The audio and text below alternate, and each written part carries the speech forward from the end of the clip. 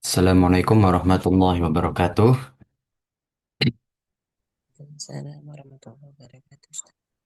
Alhamdulillahi wa kafa, wassalatu wassalamu ala rasulillahi mustafa, wa ala alihi wa ashabihi wa man tabi'ahum bi ihsanin ila yaumiddin amma ba'd. Insyaallah di pertemuan pagi hari ini kita lanjutkan ya para jemaah sekalian pembahasan hadis Arba'in Nawawi kita yang mana kita telah bahas ya bagaimana pondasi dalam kita seorang muslim ya, ada rukun iman, rukun Islam ya. Kemudian batasan-batasan diterimanya amal ya. Nah, kemudian ya di pertemuan yang lalu bagaimana kita melihat ya ketika kalau sedunia ingin mencelakakan kita ya, namun Allah tidak mengizinkan ya, bukan dari takdirnya Allah, ya tidak akan terjadi ya. Dan hadis-hadis yang lainnya yang berkaitan tentang syariat Islam ya.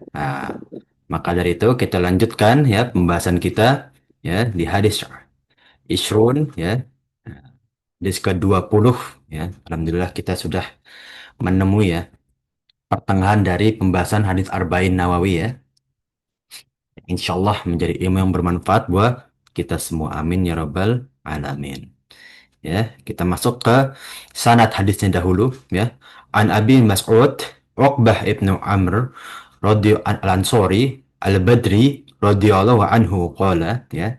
Dari Abi Mas'ud ya, Uqbah bin Amr ya al-Ansori ya, salah satu dari kaum Ansor ya, al-Badri radhiyallahu anhu, semoga Allah meridhoinya.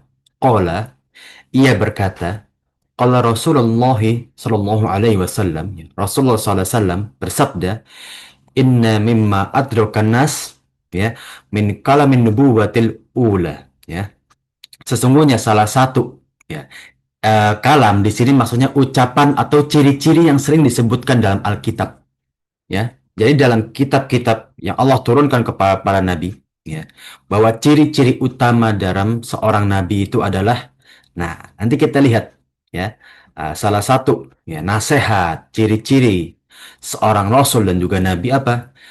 Idza lam tastahi fasna' ma syi'ta. Nah, apa kata para nabi dan juga rasul ya? Idza lam tastahi fasna' ma syi'ta. Ya, jika engkau tidak malu untuk berbuat, maka berbuatlah sesukamu. Ya. Rawahul Bukhari ya, hadis dari riwayat atau teksnya dari Imam Bukhari ya. Apa yang dimaksud di sini ya? Bukankah kita lihat di hadis yang lain ya dari sahabat Abu Hurairah radhiyallahu anhu ya, bahwasanya Rasulullah sallallahu alaihi wasallam ya bersabda ya, al imanu ya bid'u situna au bid'u sab'una syu'batan ya.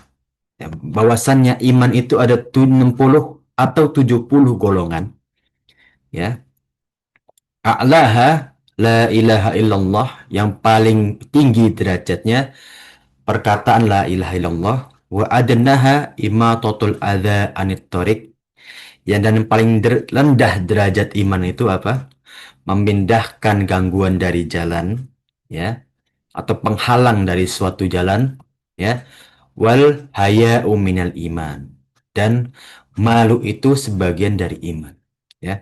Namun kok di hadis ini ya para nabi berwasiat idza lam tastahi, kalau engkau enggak merasa malu, fasna masyita ya, maka berbuatlah sesukamu. Nah, ini sedikit ada yang bertabrakan ya. Nah, di sisi lain kemalu itu sebagian dari iman. Namun di hadis ini, kalau engkau enggak malu ya berbuat sesukamu. Apa yang dimaksud? Ya, apakah ini berbentuk sindiran? Ya, atau ini ya menunjukkan bahwa kalau engkau tidak malu atau berkurang imanmu, ya karena berkurang juga rasa malumu, maka berbuatlah ya sebagaimana engkau berkurang keimananmu juga. Ya, nah ini apakah hal yang disinggung? Ya, nanti kita lihat di penjelasan mufrodat. Ya, apa yang dimaksud tastahi di sini? Ya, engkau malu. Ya. Nah, kita lihat sanadnya dari Imam Bukhari ya dalam kitab Adab ya nomor 3296 ya. Ah, kita lihat sekarang hikmah dan faedah dalam hadis ini. Apabila makna dari malu itu adalah menahan diri dari perbuatan yang buruk atau jelek, atau meninggalkan perbuatan tersebut karena takut akibat yang buruk akan menimpanya. Ya, kalau dalam syariat namanya saddu dzari'ah, ya, meninggalkan sesuatu yang mubah, namun ditakutkan berdampak mudorot keburukan. Itu namanya saddu dzari'ah. Ya. Seperti kalau kita ingin mengambil hukum dan ini syubhat nih, ya perkaranya, ya ini boleh dimakan atau tidak gitu ya. Seperti apa dibda, dibda itu apa? Buaya. Para ulama masih berdebat hukum makan buaya. Namun kalau ada pribadi saddu dzari'ah aja. Kita ambil perkara terburuknya apa? Haram, udah nggak masalah, ya. Uh, Seperti malu juga, ya. Maka sesungguhnya seruan itu untuk meraih akhlak dan membiasakan dalam kehidupan, ya. Kalau kita ya ingin meninggalkan sesuatu, ya, ini baik apa buruk ya, Em, akibatnya udah tinggalin aja, ya. Itu untuk menjaga sikap kita, akhlak kita, ya, untuk membiasakan akhlak Islamiah kita dalam kehidupan kita, untuk kehidupan kita, ya. Adalah melarang setiap kemaksiatan, ya, inilah kiat-kiatnya, dan juga menjauh dari seluruh keburukan, ya. Ketika ingin bermaksiat, ya, kemudian sesuatu yang mendatangkan mudorot, ya, walaupun itu hal yang mubah yang secara syariat tuh boleh gitu, tapi kayaknya dampaknya kurang baik deh, ya, lebih baik kita tinggalkan, ya. Maka ya salah satu yang bisa kita jadikan metode adalah rasa malu, ya. Rasa malu merupakan kebaikan yang harus dijaga oleh setiap manusia. Nah, jadi sebetulnya rasa malu itu adalah unsur dari kebaikan juga. Ya, kalau kita pakai dengan tepat, ya kita gunakan dengan tepat rasa malu ini, ya tentu akan menjadikan kita seorang muslim yang berakhlak mulia. Ya, jika kita perhatikan, ya orang yang tidak memiliki rasa malu itu akan memiliki kekurangan dan kejelekan. Ya kan, kita pandang orang nggak punya malu itu seakan-akan harga dirinya menurun gitu ya. Ya betul atau benar ya para jamaah sekalian ya. Apalagi sampai yang ranah tidak senonoh ya, itu apalagi ya. Sudah bukan golongan dari akhlak-akhlak yang mulia lagi ya.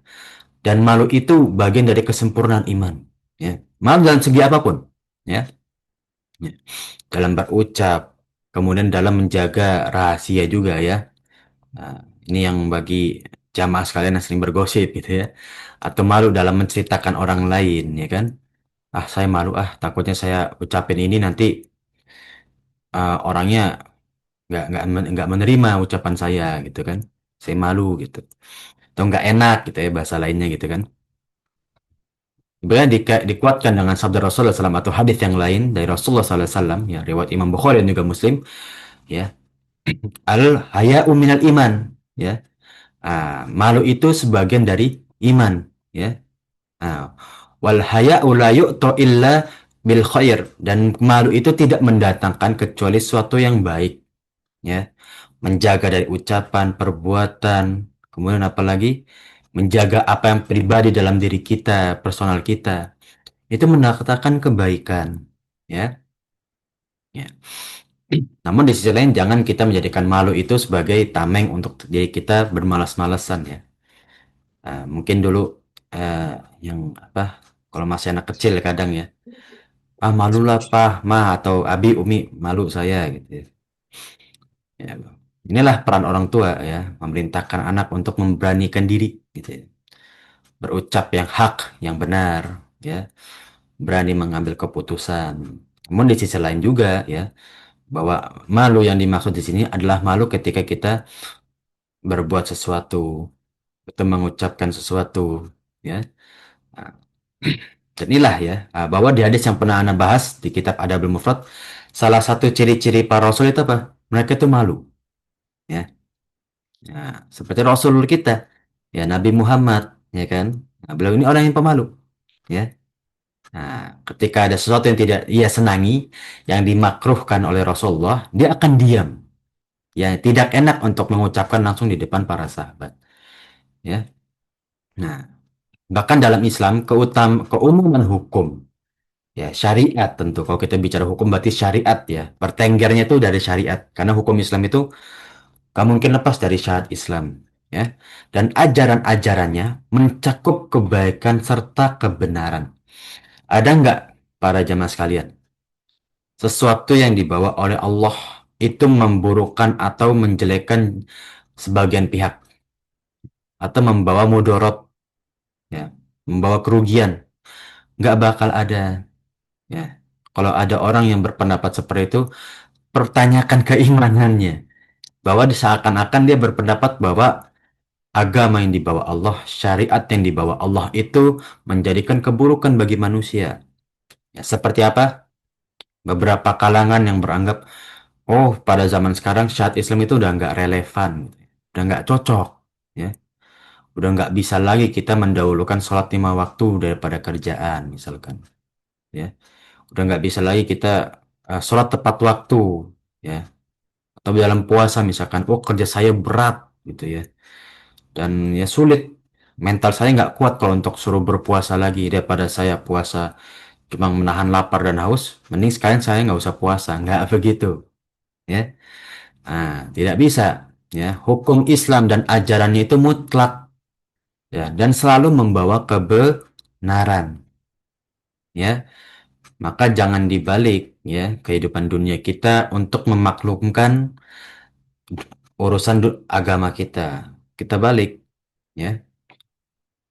Urusan dunia, urusan akhirat kita dan juga syariat Islam menjadi kita memaklumi, ya, urusan dunia kita, ya. Nah, itulah, ya. Oleh karena itu, ya, Imam Nawawi rahimallahu taala memilih hadis-hadis yang utama dalam hadis arba'in, termasuk hadis ini. Kenapa sih sampai beliau itu memilih hadis malu? Ya, kenapa sih dengan hal malu ini sebegitu pentingnya kah? Iya, ya, ya kan? Nah, diwajibkan dan dianjurkan dan merasa malu jika meninggalkannya. Ya, kalau kita udah fitrah kita murni, ya, para jemaah sekalian, ya, kita akan malu nih, akan nggak enak gitu ya. Aduh, ini kayaknya nggak baik deh. Walaupun mubah tapi kayaknya nggak deh. Dah, saya malu ah. Nggak, saya tinggalin aja. Ya gitu kan. Ada fitrah, ada firasatul mukminnya gitu loh. Ya. Firasat mukmin itu wakil, ya. Bukan kayak dukun-dukunan gitu ya. Firasat seorang mukmin itu benar-benar terjadi, ya, para jamaah sekalian, ya. Mungkin umahat atau para jamaah sekalian mengerti, ya. Kalau misalkan kita kayaknya nggak baik deh begini gitu ya. Itu firasat mukmin, ya kan? Kalau kita orang beriman, pasti Allah tunjukkan firasat kita, fitrah kita tuh menuju kebaikan juga, ya. Sedangkan segala yang dilarang, ya, yang kita tahan juga dalam malu gitu ya, itu pasti menunjukkan antara haram atau makruh, ya. Nah, dan malu untuk melakukannya, ya kan. Nah, ini yang tadi Anda sebutkan, ya. Kalau fitrah kita murni, ya, segala yang Allah haramkan dan makruhkan itu pasti kita anggap, oh, ini nggak baik deh, oh, saya mau melakukan ini kok nggak enak hati ya, ya, mau melakukan depan umum tuh malu gitu ya, pasti, ya. Nah, makanya, ya, kayak aib aib gitu, kalau kita umbar pasti suatu hal yang tabu gitu ya. Nah, itu bentuk menunjukkan bahwa hal tersebut itu suatu kemaksiatan, ya kan? Ya. Adapun perkara yang mubah, ya, yang diperbolehkan, maka malu ketika melakukannya diperbolehkan. Dan begitu pula meninggalkannya. Ya, antara kita malu atau kita meninggalkan hal malu, ya boleh aja. Nah, di sini mencakup kelima hukum Islam itu, ya. Kalau dalam fitrah kita, oh, ini kayaknya suatu hal yang memalukan gitu ya. Oh, berarti insya Allah menuju kepada hal yang haram atau makruh. Oh, ini hal yang lumrah, bahkan ini menunjukkan semangat dalam kita beribadah. Nah, berarti ini antara disunahkan atau bahkan diwajibkan.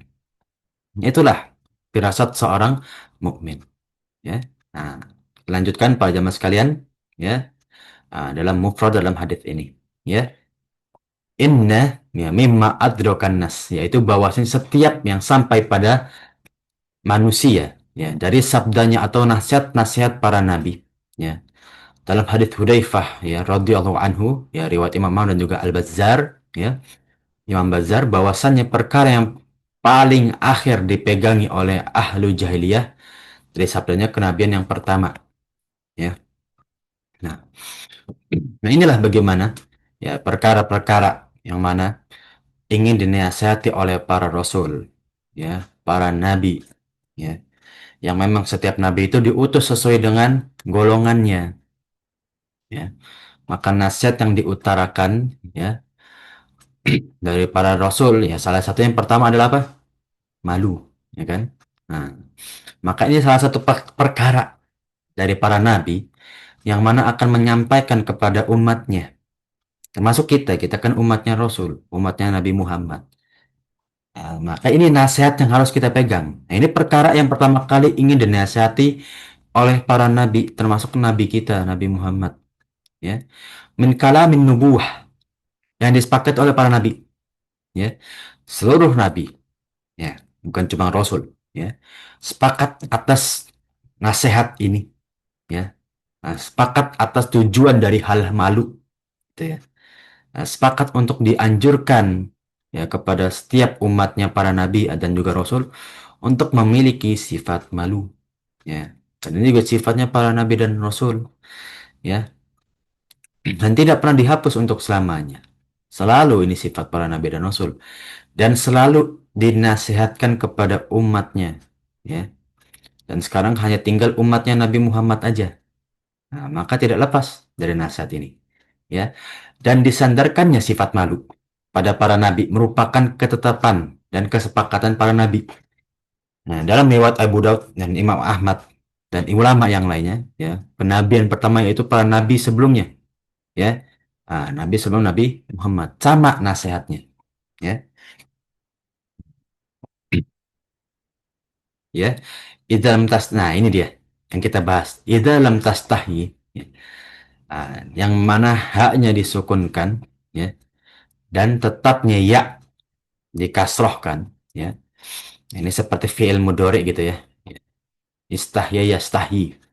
Ya, ya kedua dibuang, ya, tanda jazm sebagai tanda jazm, ya, atau dijazmkan tuh disukunkan ya dalam hukum nahwu, ya. Nah, dalam riwayat ya idza lam tastahi, ya, nggak pakai ya, dikatakan istahyi atau istahi, ya.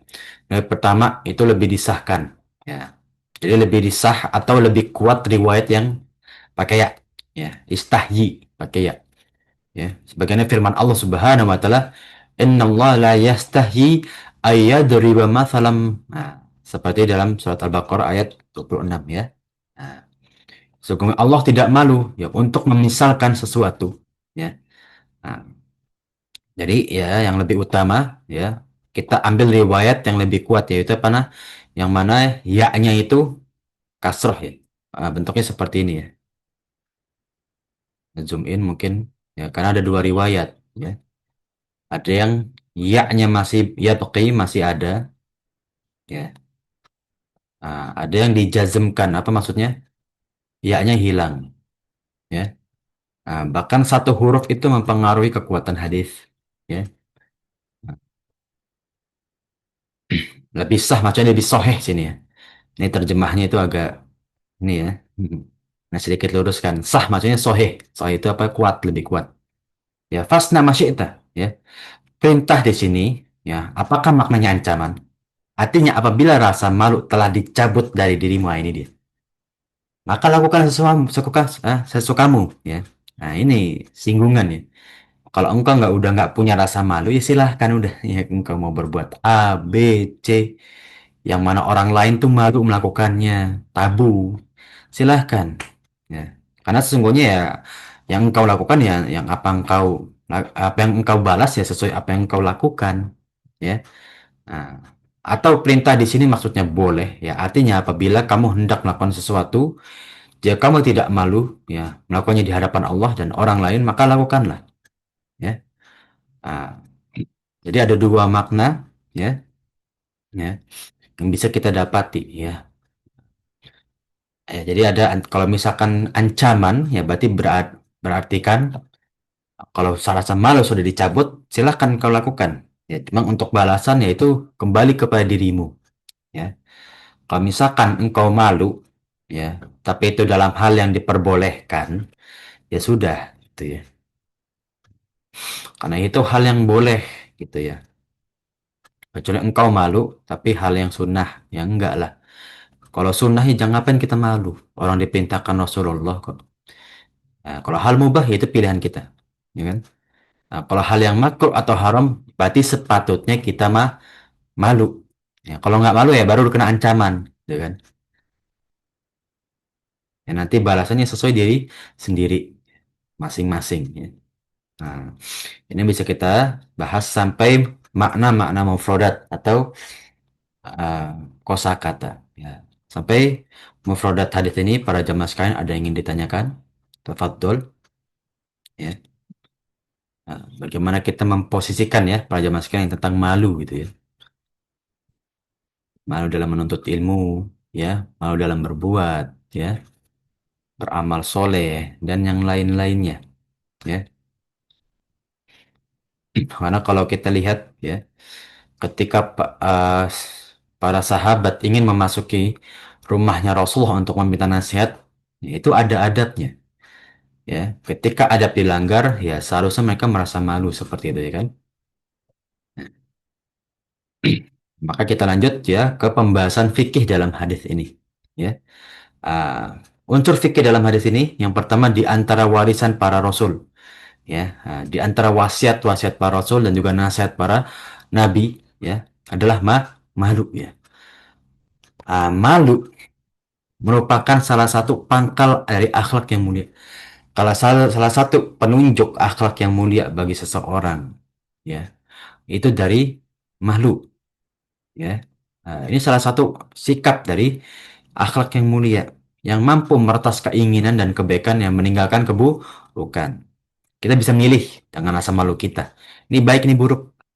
Ini hal yang tabu, ini hal yang nggak senonoh. Ini dari hal dari malunya kita. Ya, semakin mengikis fitrahnya seseorang, semakin sedikit rasa malunya. Ya kan? Ya seperti zaman sekarang. Ya, aurat sudah bukan hal yang memalukan. Ya, kemudian beberapa hal yang tabu bahkan ditontonkan. Ya, di media sosial dan seterusnya. Oleh karena itulah malu merupakan sifat warisan dari para rasul terdahulu. Ini sifat-sifat para rasul, ya. Ah, ciri-ciri para nabi dan juga rasul itu apa? Ya malu, ya. Yang tidak pernah dihapus dari syariat mereka. Ya sampai kepada diri kita kita diwasiatkan untuk merasa malu. Ya, orang-orang belajar dari mereka dan mengikuti jejak para rasul dari masa ke masa, dari zaman ke zaman, umat ke umat. Wasiatnya sama, sikap para rasul sama, malu, ya. Nah, sehingga sifat itu menjadi tersebar, ya, dan orang berpegang padanya hingga sampai kepada umat Islam atau umatnya Nabi Muhammad Shallallahu Alaihi Wasallam, ya. Inilah, ya. Nah, apabila umat kita sekarang mewariskan sifat para nabi dan juga rasul sebagaimana hendaknya Allah, ya, yang maha agung lagi maha kuasa, ya, yang mana menjelaskan Al-Quran dengan begitu gamblang, jelas, nggak ada perkara yang syubhat di dalamnya, ya, maka kewajiban kita berpegang teguh, ya, yaitu salah satu dengan sifat malu, ya, berhias, ya, ya, khuzu zinatakum inda kulli masjid. Dan satu ayatnya Allah Subhanahu wa taala bersabda, berfirman, ya, khuzu zinatakum inda kulli masjid, ya. Berhiaslah kalian, menutup auratlah kalian di setiap masjid yang ingin kalian masuki. Nggak cuma kita hanya menutup aurat. Zinah itu artinya perhiasan. Ketika kita memasuki masjid, pakailah pakaian yang sebaik-baiknya. Ya. Ah, ketika kita berpakaian kurang baik, ya berarti rasa malu kita kan ada yang berkurang. Bener nggak? Ya, betul kan ya, para jemaah sekalian? Sholat, kaosan, sarungan. Ya, menutup aurat ya menutup. Boleh, boleh. Siapa yang nggak boleh gitu ya. Bahkan kita pakai sarung tapi telanjang dada aja sah sholatnya. Memang kan kita diperintahkan untuk berhias, ya. Nah, dan berakhlak mulia dengan rasa malu, ya. Kita berhias bukan untuk bersikap heboh atau misalkan berlebih-lebihan, enggak. Kita berhias untuk merasakan diri kita itu berakhlak yang mulia, ya, sopan dalam menemui orang lain, ya, pantas ketika beribadah kepada Allah Subhanahu wa taala. Ya tentu dengan menutup aurat. Karena berhias yang paling utama itu menutup aurat, ya. Yang kedua apa? Ya, menjauhi dari hal yang najis yang dilarang oleh Allah Subhanahu wa taala. Ya, seperti apa? ya, darah. Ya, kalau buat laki apa yang nggak boleh, yang najis, perak dan juga emas. Ya, inilah hakikat berhias. Ya, mengikuti syariat Islam. Ya, dan seterusnya. Ya, dengan demikian, ya hal-hal yang tadi kita lihat mengikuti sifat dan juga warisan para Rasul, berakhlak mulia dengan sifat malu, berhias jangan menutupi aurat dan juga kita malu untuk tidak senonoh dalam berpakaian. Ya, warisan para nabi ini senantiasa ada di antara kita. Tinggal gimana kita meraihnya dengan menuntut ilmu, gimana kita meraihnya dengan berakhlak mulia, ya, memakmurkan kehidupan, menenteramkan jiwa kita, ya kan? Ya, ala bidzikrallahi tatmainnul qulub. Ya, bukankah dengan zikir kepada Allah hati itu lebih tenang, ya kan? Nah, lahirlah kebaikan dan juga kebenaran dengan apa? Syariat Islam, ya. Sehingga Allah tidak salah mewariskan bumi ini kepada manusia. Bukan suatu yang salah. Yang mana para malaikat dan juga syaitan ketika Allah menjadikan Adam sebagai warisan, pewaris bumi ini, khalifah di atas muka bumi, protes mereka. Ya Allah, kenapa engkau jadikan seorang khalifah dari bangsa yang selalu bermaksiat kepadamu? Namun inilah ya, ya Allah lebih mengetahui dari suatu hal yang goib. Ya, ya. Nah, maka hadis ini ya para ulama mendefinisikan atau mengambil ada kategori-kategori dalam kita beramal soleh. Yang makna pertama atau kategori pertama, perintah di sini menunjukkan ancaman. Jadi rasa malu yang mana tadi disampaikan di hadis ya. Kalau engkau tidak merasa malu, ya silahkan berbuat. Maka kategori pertama, ketika merasa malu itu di sini adalah bentuk ancaman. Ya, seolah-olah Rasulullah SAW bersabda, apabila kamu tidak memiliki rasa malu, maka lakukan sesukamu. Ya, karena sesungguhnya Allah akan membalasmu dengan balasan yang keras. Nah, kalau udah ada balasan berarti apa? Ancaman. Ya. Nah, ketika engkau ingin berbuat maksiat, suatu hal yang bawa mundorot, atau suatu bahkan yang haram gitu ya, ya silakan berbuat. Tapi engkau akan mendapatkan balasanmu sendiri. Ya, silahkanlah. La ikraha fid din. Tidak ada paksaan dalam agama kok. Ya, lakum dinukum waliyadin. Ya kan? Nah, agamamu agamamu. Ya kan? Nah, dalam engkau bersyariat terserah. Ya. Makna yang kedua, malu di sini. Ya, perintah atas khabar atau himbauan. Seperti apa sabda Rasulullah SAW, maka bersiaplah tempatnya di neraka atau tabawa, ya, menempatkan diri di bawah neraka. Ya, makna dari hadis ini, ya, orang yang tidak memiliki rasa malu, ia akan berbuat sesukanya. Nah, jadi yang pertama itu ancaman atau singgungan. Yang kedua itu adalah berita, ya, bahwa salah satu sikap, ya, orang yang nggak memiliki rasa malu, dia akan berbuat tanpa ada batasan.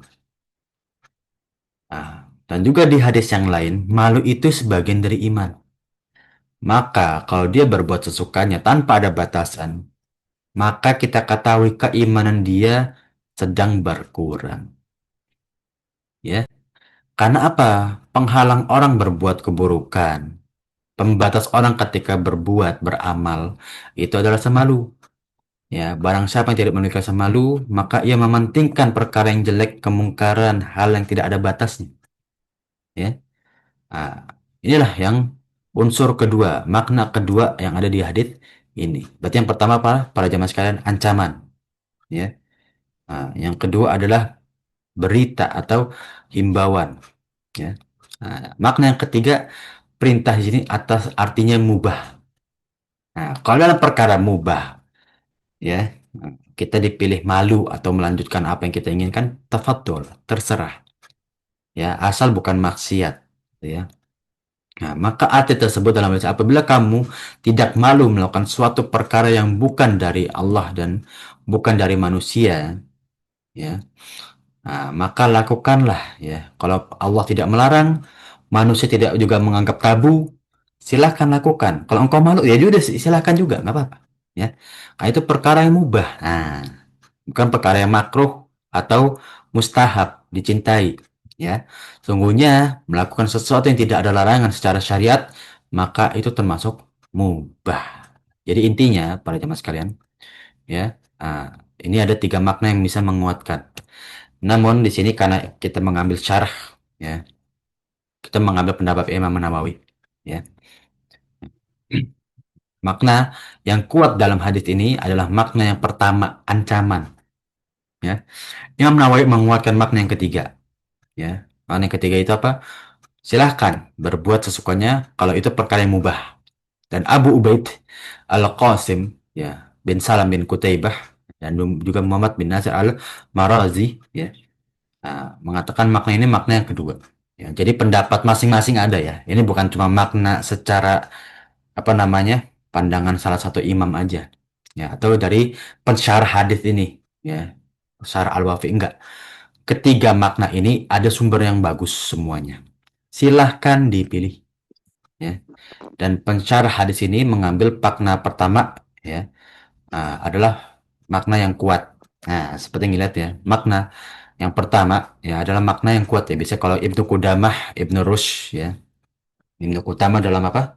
Bidayah Bidal Mujtahid, dan Ibnu Rus dalam Rawdatun Nazir, kita pernah Rawdatun Nazir tentang usul fikih, itu biasanya mengambil pendapat itu kalau ada kata menguatkan berarti itu pendapat yang diambil. Sama seperti kitab Al-Wafi ini. Yang dia kuatkan, ya, adalah pendapat yang beliau afanya, yang beliau kuatkan ini adalah pendapat yang pertama. Maka berselisih dengan pendapat Imam Nawawi yang menguatkan pendapat yang ketiga, makna yang ketiga. Tafadhol para jamaah sekalian, ingin mengambil yang mana? Namun kalau pribadi ya, nah, pada zaman sekarang banyak hal yang unsur aslinya mubah, namun berakibat mudarat, ya. Anda lebih mengambil pendapat yang pertama lebih kuat. Itu menurut Anda pribadi, ya. Namun kalau para jamaah ingin mengambil makna seperti pendapatnya Imam Nawawi, tafadhol, ya. Silahkan, ya. Nah, kita masuk ke unsur fikih yang ketiga dalam hadis ini, ya. Malu itu ada dua macam. Nah, makanya, ya, ada namanya apa namanya, fitrah, ya, watak, ya. Seperti yang disampaikan waktu itu Anda belajar dengan Ustadz Syafiq Reza Bersalamah, ya. Fitrah itu kan nggak bisa dirubah, tapi bisa diredam, ya. Ini yang beliau sampaikan, ya. Jadi ada fitrah yang nggak bisa dirubah dari seorang hamba manusia, ya, tapi bisa diredam, ya. Ada sikap yang memang timbul karena lingkungan, ya. Maka seperti malu juga, ya. Malu yang berbentuk fitrah dan malu yang juga dihasilkan oleh kebiasaan kita. Yaitu yang malu yang sudah ada dari awal. Fitrah kita ini udah merasakan bahwa ini malu. Tanpa patut kita pelajari atau kita biasakan, ya. Yang merupakan anugerah yang diberikan oleh Allah Subhanahu wa Ta'ala. Nah, Allah udah menetapkan nih, ya, secara syariat, ya, takdir syar'i, bahwa ini tuh malu sebetulnya. Perkara itu hal yang memalukan, hal yang tabu. Ya, orang yang memiliki fitrah malu ini akan menahan diri dari perbuatan maksiat, keburukan, akhlak yang hina, sikap yang tidak senonoh, ya, atau perbuatan-perbuatan yang lain yang berakibat keburukan, ya, atau suatu hal yang tabu, gitu, ya. Oleh karena itulah malu merupakan dasar dari berbagai kebaikan. Kenapa? Ya, meninggalkan akhlak yang hina, menjauhkan kejelekan, maksiat, ya. Nah, ini unsur dari malu yang berbentuk fitrah dan salah satu bagian dari iman, ya. Ya, seperti Rasulullah SAW adalah orang yang paling malu melebihi gadis yang sedang dinazor, ya, dipinang, gitu, ya. Seperti riwayatnya dari Umar bin Khattab, ya, ia berkata barang siapa yang memiliki rasa malu, ya, akan bersembunyi, ya. Barang siapa yang bersembunyi itu takut, dan barang siapa yang takut ia akan menjaga dari kehati-hatian, apa, dia akan menjauhi rasa-rasa syubhat. Ada sesuatu yang syubhat dia akan tinggalkan, ya. Inilah fitrah, ya yang Allah berikan kepada setiap manusia. Yang bisa dirusak bisa aja, ya. Karena kebiasaan apa? Ini dia yang dihasilkan, ya. Malu yang dihasilkan, yaitu malu, ya, sifat malu yang dihasilkan setelah mengenal Allah Subhanahu wa Ta'ala dan menggali keagungannya.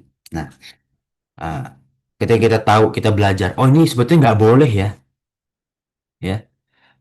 Oh ini ternyata hal-hal seperti itu hal-hal yang nggak boleh oleh syariat. Kita akan merasa malu, ya. Ah, ah. Nah inilah bagaimana, ya, Allah Subhanahu wa Ta'ala memantau semua hamba jadi mengetahui segala bentuk bahasa, tidak ada tersembunyi. Ya. Bahkan dalam hati, ya, aman itu kan, malu itu kan aman hati, ya. Setiap seorang muslim, ya, berusaha untuk meraih rasa malu, sepatutnya seperti ini loh, ya. Kalau kita menjadi seorang muslim itu, kita ada batasan untuk melakukan hal dengan apa, rasa malu, ya. Untuk menaikkan derajat, ya, meningkatkan takwa kita, taat kepada Allah, salah satu dengan rasa malu, ya. Rasa malu ini akan melahirkan rasa syukur, ya. Kenapa? Ya kita malu kok kita kufur mulu. Orang lain banyak hidupnya lebih susah, ya. Rezekinya banyak yang lebih seret. Malu kalau kita nggak bersyukur, ya. Nah, nah, inilah bagaimana kita menempatkan rasa malu. Yang unsur itu dua, fitrah yang tentu kita tahu dari diri kita, setiap manusia ini rasa malu. Ada yang kita pelajari karena syariat, menutup aurat, ya kan? Kemudian apa? Melakukan suatu hal yang makruh di muka umum, malu. Karena apa? Agama melarangnya. Allah Subhanahu wa Ta'ala menjadikan hukum itu haram atau makruh, ya kan? Kemudian yang keempat, nah ini yang kebalikannya. Yang ketiga itu kita menjadikan hal-hal atau kemaksiatan itu hal yang malu. Ya, yang keempat ini kesalahan dalam menempatkan rasa malu, ya. Ya, karena rasa malu ini kalau kita tempatkan di tempat yang tidak tepat, ya maka menghalangi, ya, dari perbuatan-perbuatan yang terpuji malah, ya. Maka seperti kalau kita melebihi batas masa malunya, ini orang maluan banget gitu ya, bahasa ini ya, sakleknya, ya. Nah, ini akhirnya bimbang, bingung, ya, tidak ada rasa berani, percaya diri itu aja enggak gitu ya. Nah, dia tidak melakukan sesuatu yang tidak seharusnya, ya, malu gitu loh. Nggak seharusnya dia melakukan hal ini, ya, bukan suatu hal yang malu atau tabu gitu. Nah, itu akhlak yang kurang baik sebetulnya, ya kan? Kalau semua orang memiliki hal seperti ini, nggak ada yang jadi orang dai, ya. Nggak ada yang berani untuk berbicara di depan umum gitu kan, ya. Kalau ditanya malu, ya pasti malu. Seorang dai pasti akan merasakan, ya, pertama kali berdakwah, bicara di depan umum, pasti rasa malu itu pasti ada. Namun ya tabrak aja gitu ya. Nah, kalahin rasa malunya. Toh kita belajar ada ilmu kok. Kita belajar, ya, udah bertahun-tahun. Kalau ilmunya nggak disalurkan buat apa? Ya, kita belajar baca kitab gundul. Ya, kalau nggak disalurkan, ya buat apa? Ya, sampaikan, kalahkan rasa malu kita. Ya, itulah bagaimana dalam kita menempatkan rasa malu dengan tepat. Ya, nah, ingin beli dikit-dikit ke toko malu gitu ya. Ini mungkin dirasakan ya, kalau anak-anak masih kecil gitu kan.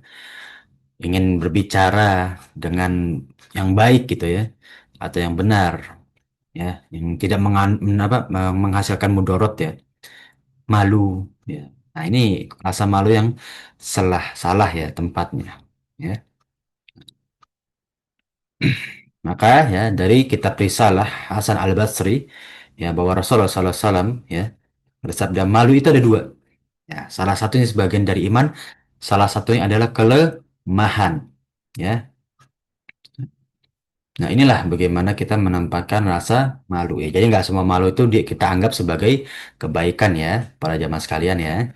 Apalagi para umahat yang mungkin udah punya cucu, ya pasti tahu itu untuk mendidik anak, kamu jangan malu nak gitu ya.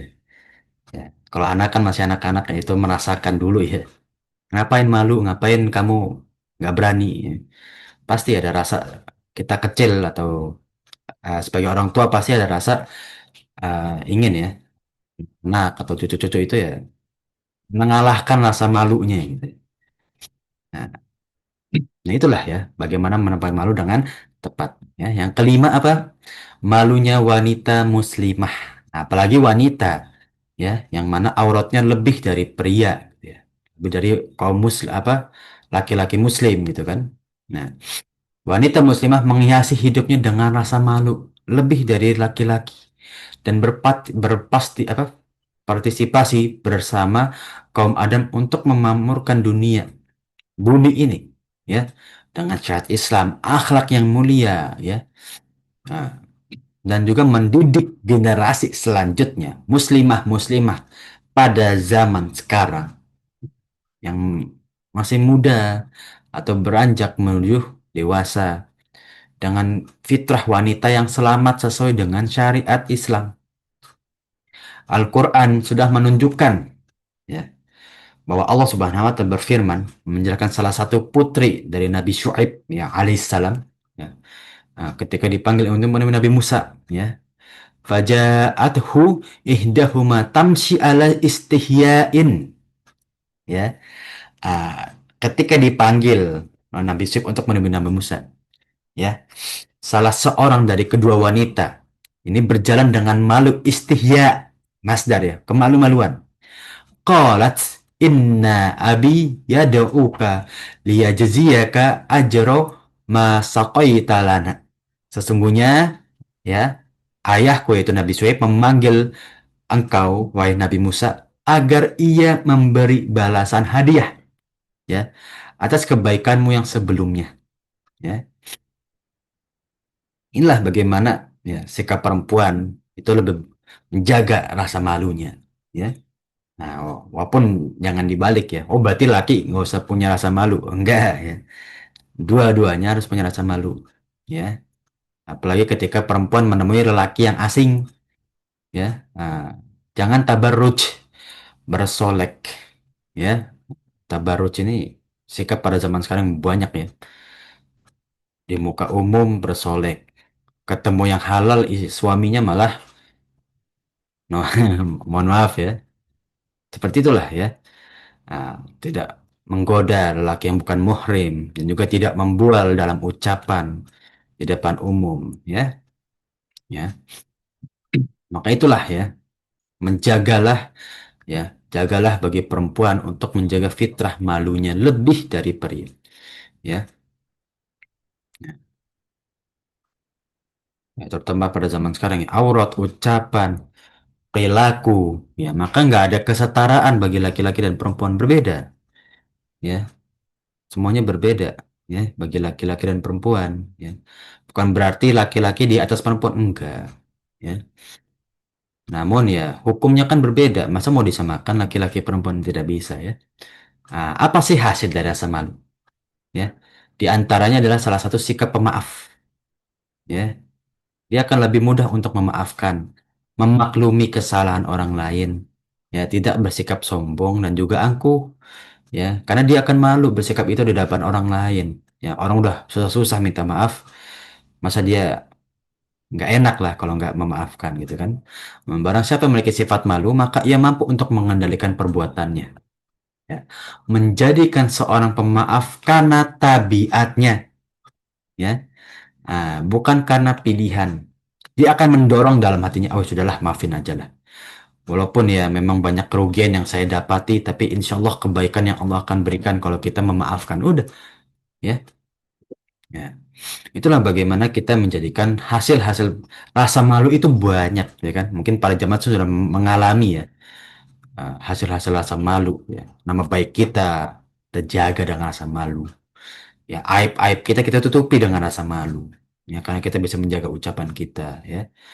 Sikap kekurangan kita ya kan ya, seperti di hadis lain kalau engkau ingin ditutupi ya aibmu ya maka tutupilah dari dunia ya kan ya. Nah, lawan dari rasa malu adalah angkuh ya kan sikap sombong ya. Yang itu sifat yang tercela ya rasa sombong angkuh itu sifat yang tercela ya. Nah, yang membawa pemiliknya atau orang-orang yang bersikap angkuh itu menuju ke buah kejahatan, kebinasaan. Ya, maka Allah celak. Yang boleh angkuh itu cuma Allah. Ya, Al-Mutakabbir. Salah satu sifatnya Allah. Ya, yang boleh sombong, angkuh itu hanya Allah ya, karena semua ini milik Allah. Selain dari itu kita harus malu. Apa sih yang kita milikin? Berani-beraninya kita sombong. Ini kan cuma titipan dari Allah. Malu kepada Allah seharusnya. Ya. Maka orang-orang sombong itu dia melawan sifat malu dia, angkuh. Dia nggak punya rasa malu tuh kepada Allah, ya kan? Toh ini titipan kok bisa kita sombong dan angkuh? Kan cuma titipan, ya. Nah, kalau Allah mau ngambil, kapanpun bisa, ya kan? Nah, maka orang yang tidak malu terhadap Allah dan orang lain, ya tidak ada yang memalingkannya kecuali siksa yang keras nanti di hari akhir, yang menyakitkan. Ya di dunia dia boleh angkuh, mungkin, ya. Nah, nah, di antara manusia ada orang yang yang merasa takut tapi tidak merasa malu, ya. Bahkan dia lebih takut kepada orang daripada memiliki rasa malu gitu ya. Karena jabatan, kebutuhan, ya relasi. Dan tidak asing lagi bahwa ia keluar dari fitrah manusia yang lurus. Rusak fitrahnya. Fitrah itu dari lahir nggak bisa kita rubah. Tapi bisa dirusak. Pada rusak, fitrah itu apa? Istidraj, naudzubillah min dzalik. Ya. Allah biarkan terhadap dia terjumus kepada kemaksiatan. Nah, yang kedelapan unsur fikih sini adalah kewajiban orang tua dan juga pengajar, para dai dan juga asatidzah kita ya untuk membimbing umat muslim apalagi yang masih muda ya untuk membimbing memiliki sifat rasa malu ya memilih pilihan ya dengan sikap-sikap yang mulia akhlak yang mulia ya jangan sampai menjadikan kita menjadi orang yang angkuh makanya nggak ada ya oh kamu harus membuktikan dahulu kalau udah membuktikan kamu boleh sombong enggak ya walaupun udah membuktikan bagaimanapun udah sukses nggak boleh sombong ya. Nah, maka itulah sikap kita tawaduk ya. Nah, kita sikap menahan diri ya. Nah, apa namanya? Merendah lah ya, ya. Nah, itulah bagaimana seharusnya ya kita mengajarkan kepada umat-umat Islam ini ya, baik yang masih bertumbuh remaja atau mungkin yang sudah lanjut usia belajar, kita tumbuhkan ya. Oh, ini rasa yang harus kita jaga dengan rasa malu ya. Ah, kepada asatidzah, kepada jamaah atau kepada kaum muslim, ya, orang tua kepada anaknya, ya, bahkan sesama teman kita ajak untuk memiliki rasa malu, ya. Nah, kita masuk ke faedah lain dari hadis ini, ya, hadis ini menjelaskan kepada kita bahwasannya rasa malu itu semuanya menghasilkan kebaikan, ya. Selain malu yang tidak tepat pada tempatnya gitu ya. Ya, tadi kita bahas di poin kelima ya. Barang siapa yang banyak malu ya, maka lebih banyak kebaikan. Nah, ini malu dalam bermaksiat ya. Nah, dan barang siapa yang sedikit dia mengikis rasa malunya, maka sedikit juga kebaikan yang akan ia dapati. Ya. Tidak boleh malu dalam mengajarkan hukum agama. Tidak boleh malu dalam menuntut kebaikan. Tidak boleh malu dalam kita menyampaikan sesuatu yang hak dan seterusnya. Sebagaimana firman Allah, "Wallahu la yastahi minal haq." Allah tidak merasakan malu untuk menerangkan, menyampaikan kebaikan. Inilah batasan kita dalam memiliki sifat malu. Dalam kita mempraktikkan sifat malu kita. Sampai mana sih kita boleh bersifat malu?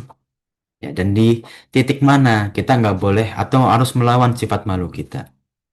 Ya, nah, maka itulah ya batasan-batasan kita dalam bersikap malu. Walaupun sikap malu itu suatu sikap yang amat sangat terpuji, bahkan sebagian dari iman adalah sifat malu, namun kita tidak boleh membatasi kita tidak boleh ya memiliki sifat malu dalam menuntut kebaikan, mengajarkan syariat Islam, dan juga menegakkan syariat-syariat Allah Subhanahu wa Ta'ala. Ya. Ah, inilah salah satu alasan kenapa Imam Nawawi rahimahullahu taala memilih hadis malu dalam kitab Hadits Arba'in Nawawinya, ya. Salah satu keutamaan dalam sikap seorang muslim, akhlak yang mulia adalah sifat malu. Dan ini menjaga diri kita dalam hal maksiat, keharaman, sesuatu yang dimakruhkan dari Allah Subhanahu wa taala.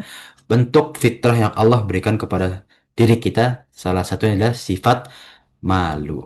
Allahu a'lam bissawab, ya. Nah, tafadhol, ya, mungkin ini yang bisa saya sampaikan, ya. Tafadhol dari para jamaah sekalian, ya. Ada yang ingin disampaikan atau yang ditanyakan, silahkan, ya. Berkaitan tentang sifat malu, ya, dalam syariat, menjauhi larangan Allah, ya, bukan hal-hal yang makruh yang kita anggap tabu dan tidak senonoh, ya. Tafadhol dari para jamaah sekalian, ada yang ingin ditanyakan, ya. Nah, itu sudah cukup, ya, insyaallah, ya, para jamaah sekalian, ya. Insyaallah, ya, kalau sudah cukup, ya, dari kita pada pertemuan pagi hari ini, ya. Nah, kita akhiri, ya, pertemuan pagi hari ini yang insyaallah ilmu yang kita tempuh, ya, menjadi amal jariah kita di sisi Allah Subhanahu wa taala setelah kita diwafatkan oleh Allah Subhanahu wa taala, dan menjadi pemberat amal soleh kita nanti di hari akhir. Amin ya rabbal alamin. Amin ya rabbal Ya. alamin. Nah, dan insya Allah kita bisa bertemu bersama umatnya Rasulullah Shallallahu Alaihi Wasallam, ya, dengan keadaan dosa-dosa kita telah diampuni dan menuju pintu surga yang kita inginkan. Amin ya rabbal alamin. Amin. Dan insya Allah kita menjadi umatnya Nabi Muhammad SAW yang masuk surga tanpa hisab. Amin ya rabbal alamin. Amin. Ya, mungkin yang bisa Ana sampaikan dan yang bisa kita bahas, ya. Ana minta maaf bila ada kekurangan atau kekeliruan atau ucapan yang kurang berkenan di sisi para jamaah sekalian, ya. Walhamdulillahirabbil alamin. Barakallahu fikum, ya. Kita tutup dengan doa kafatul majlis. Subhanakallahumma wa bihamdika asyhadu an la ilaha illa anta astaghfiruka wa atubu ilaik.